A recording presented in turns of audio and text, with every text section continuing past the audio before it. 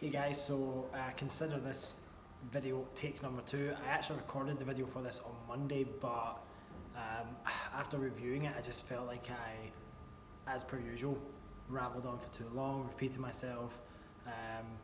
The video just took way longer than it really needed to, so I'm going to make sure that this one doesn't. So let's cover the main points. What is today's video about? Well, we have an educational topic that I'm going to just very briefly touch on, which is the importance of NEAT. So that is non-exercise activity thermogenesis, or spontaneous activity, if you don't want to use the actual acronym,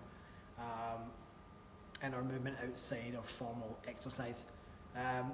Before we get into that, just wanted to touch on a very important point in terms of moving forward for a lot of you with the coaching. When it comes to, if any of you are chasing after, just say like for example a performance goal, or you're not looking for very specific changes in body composition at the moment, whether that be to lose body fat or to gain muscle mass, then it's not so important to be right on top of the weekly check-ins. But for many of you, you have body composition goals, you want to gain muscle or you want to lose body fat, and for those people online or in person, it's very important that there's accountability in place and that we are doing the due diligence to make sure that we're moving in the right direction. So for some of you, that is I'm simply getting you just to track your weight and your steps. For others, I'm getting you to track your weight, your steps, and I'm getting you to log your food. If we have a very specific body composition goal and I want to know where your calories and macros are at right now, then I may have asked you to go through a phase of tracking now. The point I want to make is this: especially if you have a weight loss goal, fat loss is much quicker than muscle gain. Therefore, if we are setting out over a period of say 8 to 12 weeks and we want to see drop in body fat, then we should see, as long as we're doing resistance training and we're doing all the other due diligence, we should see a drop in weight as well, especially if you're a good number of kilos over where you need to be. So if you're not seeing changes, I personally feel I've been probably a bit too soft or a bit too lenient in the past, so I kind of want to, for lack of a better term, put the foot down now, just to ensure that I'm going to do everything I can from my side. I had my initial weekly check-ins as a Sunday, but I'm actually going to make them on Monday, because Monday is a day where I am at the clinic, like I am now. So Mondays and Wednesdays I'm there, but Monday I have a lot more time to kind of be able to sit down, reach out to everyone, see how everyone's doing. Now, if I've attached to your Google Drive, I've attached to you like a weekly check-in form. If I've attached any other pieces of information that I want you to have completed on a weekly basis, then there should be no reason for that not to be completed on a weekly basis. And especially if you feel like your results are not moving along as quickly as they should be, or we're not getting there quite as efficiently as we might like, then if you're not filling out your weekly trackers and you're not taking the action steps that we've set on a week-to-week basis, then there is no reason to be surprised of that results are not coming the way they should. So, and the only way you truly know is by staying on top of what it is I've asked you to do, whether that's tracking your calories and macros, whether that's following a portion-based approach. If I've asked you to increase your step count, for example, from 8,000 a day to 12,000 a day on average, then the actions need to be taken for that to happen, whatever it is, whether it's at work having a small cup of water at your desk so that you have to go up and refill it more often, whether it's taking more regular breaks to go for like a 5-minute walk, whatever it is, and it doesn't need to be just steps, it can be anything related to food, sleep, training, etc. If you're missing your training sessions, or if I've asked you to do extra cardio and you've not got your extra cardio in, I have to come to you on a weekly basis and give you a very direct talking to, like why has that not happened, and if it's not happened, what are you going to do to make it different next week. So that's just a really important point I wanted to touch on, because I feel that a lot of you could definitely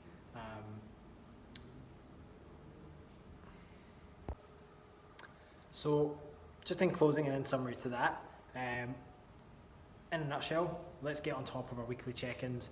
I know some of you I see kind of 2-3 times a week, but I still want that weekly check-in to be done, because it just gives me a quantitative touch point to be able to look at and give feedback on.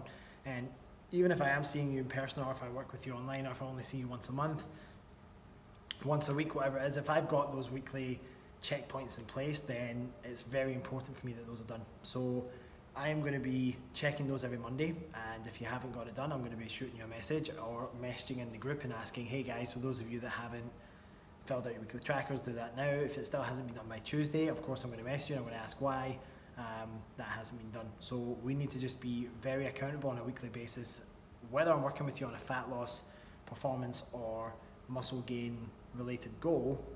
We should see progress in the week to week. There is zero ambiguity about that, and if we're not, then it's just the actions are not going in place that need to be. So let's get on top of that. Right, so diving into the education side of things, I recently asked this past week about the idea of or the importance of NEAT. So that's the non-exercise activity thermogenesis, so essentially anything outside of formal exercise or training.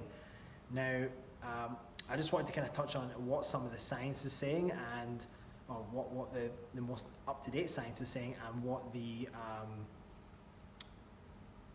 I guess you could say some of the myths or false beliefs around metabolism and why people sometimes feel they're not getting results. So if we look at just general metabolism, one of the biggest myths in the book is I have a slow metabolism. Now if we actually look at metabolism between humans, even between men and women, if you include men and women in the same population sample, our metabolisms at resting really don't vary all that much, maybe like 300, maybe 400 max between people on average. So, and here's the kicker as well, though the heavier you are, the higher your resting metabolic rate is. So often you'll get the, I guess from people who are carrying a lot of excessive weight, and they'll say, oh, it's just because I've got a slow metabolism, but that's actually false, because if you're carrying more body weight, then you are burning more energy just to support your existence. And actually, from what happens from the scientific point of view, and they did a really cool study on this recently, if you had to take, and they did this, they took a sample of, it was well over 100 people, and you had in that group people who had just never been able to lose weight, people who had lost weight and were able to keep it off for 6 to 8 weeks. That's not 6 to 8, that's between 6 and 8, and those that were able to keep it off for more than a year. And when they did the predictions and also then did the actual quantitative analysis, they found that essentially people who had lost weight over time and kept it off were actually sitting at a resting metabolic rate of 100 to 150 calories less than those that had never lost weight. So you might think, well, hold on a minute then, how does that work? Well, it's quite simple. As you lose weight over time, or as your weight comes down, your resting metabolic rate adjusts to that. And given that I suppose the majority of our daily calorie expenditure for most people comes down to our RMR, that becomes quite significant. So then you might wonder, well, what's the difference then between people who have never been able to lose weight and the people that have been able to keep it off?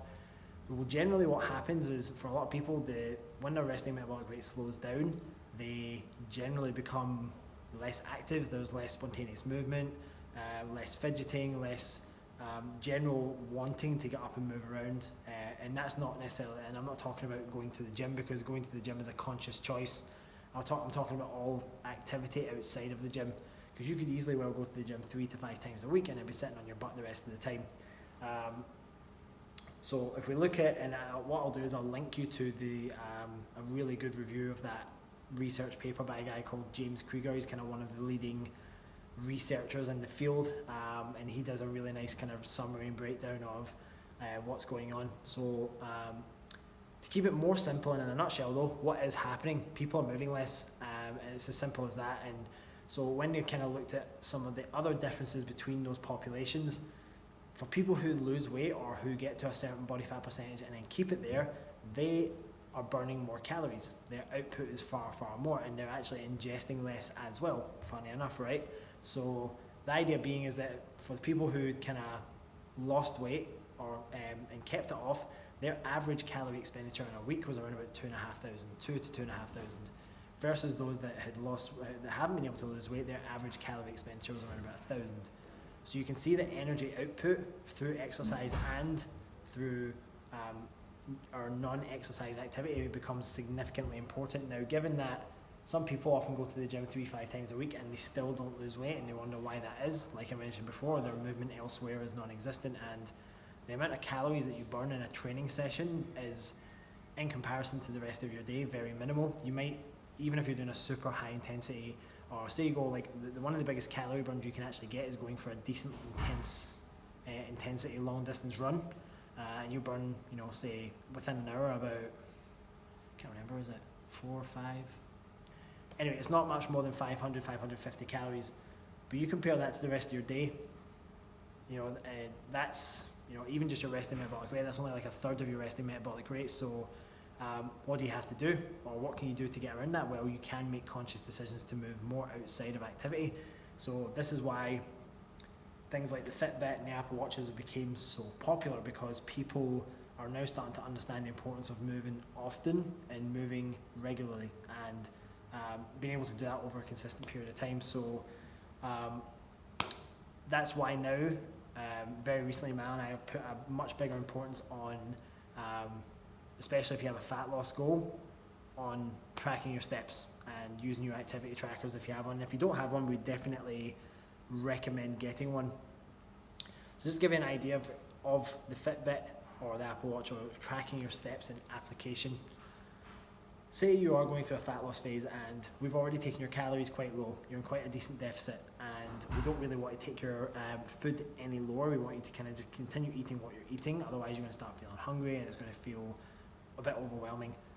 Well, if we know that weight losses or fat losses essentially plays majority down to calories in, calories out, then we don't just have to manipulate what goes in equation, we don't have to just do the in part per se, we can also do the out part. So if, say for example, you're training 3-4 days a week, but your steps is like 4,000, just for example, we could then look at increasing your steps to 8,000, and then maybe to 10 or 12, and then maybe more. And just in the example of one of Mal's clients, she's doing, on average about 20,000 a day.